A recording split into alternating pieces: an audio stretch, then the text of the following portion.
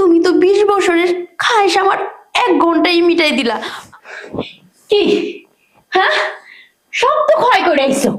টাকা নিয়ে আসছো, টাকা গহনা নিয়ে আসছো, বাড়ি গাড়ি করছো, আর কি করছো? আর কি করছো? ফিউজ করে নিয়ে আইছো তোমার ওই যন্ত্রটা, ওটা দিয়ে কিচ্ছু হয়? হ্যাঁ, এই একটা জিনিসের জন্য তুমি এত কিছু বলছো আমাকে? আমি 20টা বছর তোমাদের জন্য, এই সংসারের জন্য চাকরি করেছি, কষ্ট করেছি, রক্তকে পানি করে টাকা কামিয়েছি তোমাদের জন্য, সবই তো দিয়েছি, গাড়ি বাড়ি টাকা সব পেয়েছো। শুধু আমার যৌবনটা, এই যৌবনে একটু ভাটা পড়েছে, তাই পরিপূর্ণ সুখটা আমি তোমাকে দিতে পারছি না। সেটার জন্য তুমি এত কথা আমাকে বলছো, না জানি কি আমি করে ফেলেছি। কি আমি করে ফেলেছি তুমি বোঝো না? কি করছো? হ্যাঁ, কি করছো? আরে টাকা পয়সা কি মানুষের সুখ?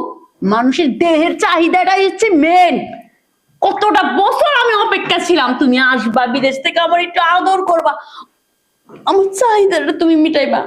ছি, আমি কখনো ভাবতে পারি নাই শোয়ার সাথে সাথে তোমার এরকম হইব। আচ্ছা, তুমি যে বলছো এটা কি আমার দোষ? হ্যাঁ, এটা কি আমার দোষ বলো? আমি 20টা বছর ওখানে থাকতে থাকতে এইগুলি যে ভুলে গেছি, শরীরের থেকে যে এনার্জি সব তো চলে গেছে। আর এনার্জি কোথা থেকে থাকবে বলো? কিন্তু টাকা কিন্তু কামিয়ে আনিয়েছি, তাই না? হ্যাঁ, তুমি টাকা নিয়ে থাকো, আমাকে তো পাবে না, বুঝো নাই? আমি তোমার সংসার করবো না। আর এই যে কি বললাম, 20টা বছর পার করেছো, আর আমি তোমার অপেক্ষায় এখানে বসে রয়েছি, বুকটা পাথর পাই না, আর তুমি আমার একটু সুখ দিতে পারতেছো না। টাকা দিয়ে কি তুমি আনতে পারবে সুখ আমার জন্য?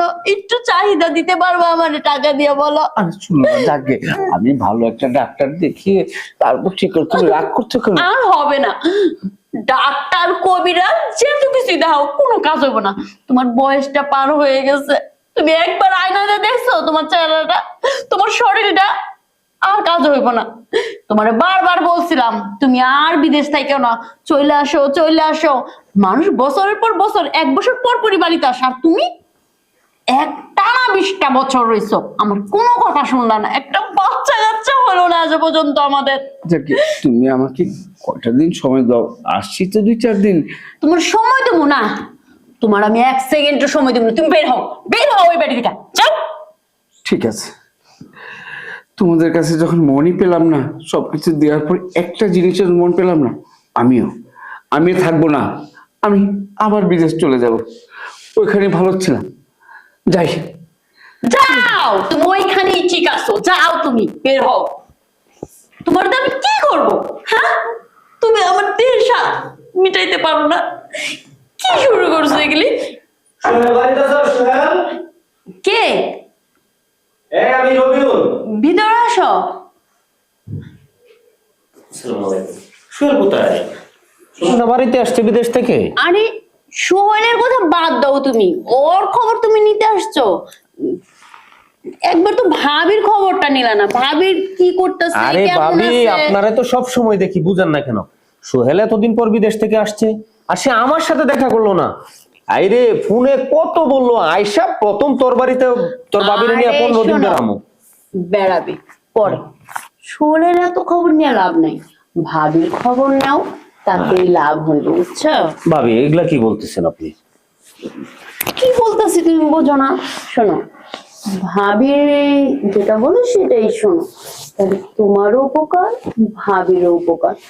আর সোহেলের খবর নিয়ে কি হবে বলো?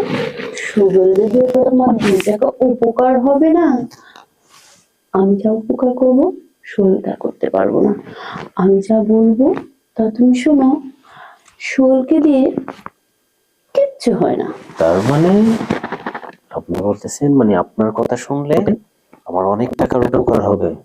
টাকাকে অনেক কিছু হবে, দেখো না, সোহেল তো আমার মনে বোঝে না, আর সোহেলকে এই যে বোঝানোর চেষ্টা করলাম, কোনো লাভ হলো না। ভালোবাসাটা কি জিনিস সেটাই বোঝে না সোহেল। সোহেলের ভিতরে জানা আছে, তার থেকে দ্বিগুণ আছে তোমার ভিতরে। আচ্ছা ভাবি, একটা জিনিস বুঝলাম না, সোহেল বিদেশ থাকতে তো কখনো এরকম কথা বললেন না। শোনো, একটা কথা বলি, সোহেলের অপেক্ষায় ছিলাম সবকিছু আর উজাড় করে দিব, কিন্তু জানো কোনো লাভ হলো না। ও আমার চাহিদাটাই মিটাতে পারলো না, এই জন্যই কখনো তোমাকে বলা হয়নি। তুমি তো 20 বছরের খাইশ আমার 1 ঘন্টায় মিটাই দিলা।